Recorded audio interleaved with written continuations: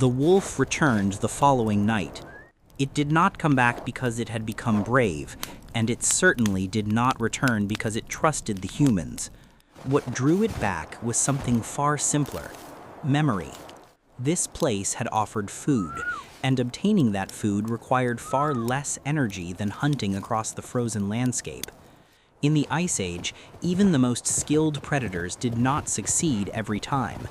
Wolves could pursue reindeer, wild horses, or bison for miles, often working together as a pack. A hunt could demand hours of effort, and if the prey escaped, the energy lost in the chase might leave the wolves weaker than before.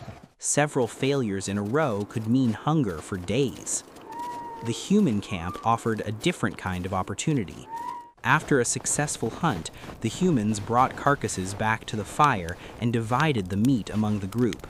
The best cuts were eaten or preserved, but broken bones, strips of tendon, pieces of hide, and scraps of fat were often left near the edge of camp.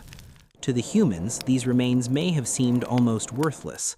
To a hungry animal, they still contained valuable energy. Wolves were hunters, but they were also highly adaptable opportunists. When an easier source of food appeared, one that offered more energy than it required, ignoring it would make little sense. This time, the wolf did not approach as it had on the first night. It stopped behind the same line of brush and watched the fire move in the wind. It studied the shapes of the humans as they crossed through the light. It listened to their movements, their voices, and the gradual quiet that settled over the camp. It was learning. As the night deepened, children became still. Hunters lay down beside the fire. Older members of the group rested against stones and animal skins. One person remained awake to watch the darkness, but even the guard could not look in every direction at once. The wolf waited. It began to understand when the camp was most alert, when movement was dangerous, and when the darkness offered a safe path forward. Only when the familiar pattern appeared did it leave the cover of the brush. This time, there was less hesitation. The wolf seemed to remember how far it could approach, where the firelight became dangerous, and how quickly it would need to retreat. Every step came from observation rather than courage. It reached a discarded bone, seized it, and disappeared into the night. No one chased it. There was no attack, no growling, and no violent confrontation between the two predators. Over the nights that followed, the same pattern may have repeated. For the wolf, each visit offered another lesson. It learned the position of the fire, the smell of smoke, the paths most often used by the humans, and the places where scraps were usually left behind. It did not move closer because it had developed affection for them. It moved closer because the risk was becoming easier to predict. That ability to observe, remember, and adjust was one of the wolf's greatest strengths. Wolves survived not only because of their speed, endurance, or powerful jaws, but because they could change their behavior when the environment changed around them.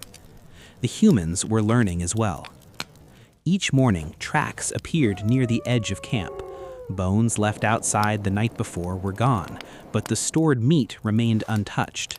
No one had been injured, no child had been approached, nothing valuable had been taken from within the sleeping area. At first, the visits may have seemed accidental, but when the tracks returned again and again, the humans would have understood that a wolf was watching them from the darkness. It remained dangerous. It was still a wild predator capable of killing. Yet its behavior was becoming recognizable. The humans could begin to distinguish between an animal charging toward the camp and one waiting at the edge for discarded food. Their fear did not disappear, but familiarity slowly began to soften it. Both sides continued to keep their distance. The humans did not approach the wolf did not enter the center of camp. An unspoken boundary existed between them. As long as neither side crossed it, conflict could be avoided. What was happening may have appeared insignificant, a predator taking bones from the edge of a fire night after night, but in evolutionary terms, it represented a profound change. Two species that had once regarded each other mainly as rivals were beginning to study one another continuously. The wolf was learning that human behavior followed patterns. The humans were learning that not every wolf responded to them with immediate aggression. There was no training, no deliberate taming, no food offered from an open hand, no commands, and no true companionship. There was only survival, gradually shaping behavior through repetition. The wolves willing to remain calm near humans could gain access to a reliable source of food. Those that were too fearful would stay away. Those that were too aggressive risked being driven off or killed.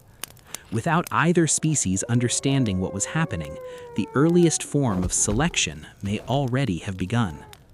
But the scent of a human camp did not travel to only one wolf. Each time meat was cut apart and bones were broken, the smell of blood, fat, smoke, and marrow drifted outward on the freezing wind. It could travel far beyond the light of the campfire, across open ground, and into the territory of other predators. And somewhere in the darkness, another pair of eyes was seeing that fire for the first time.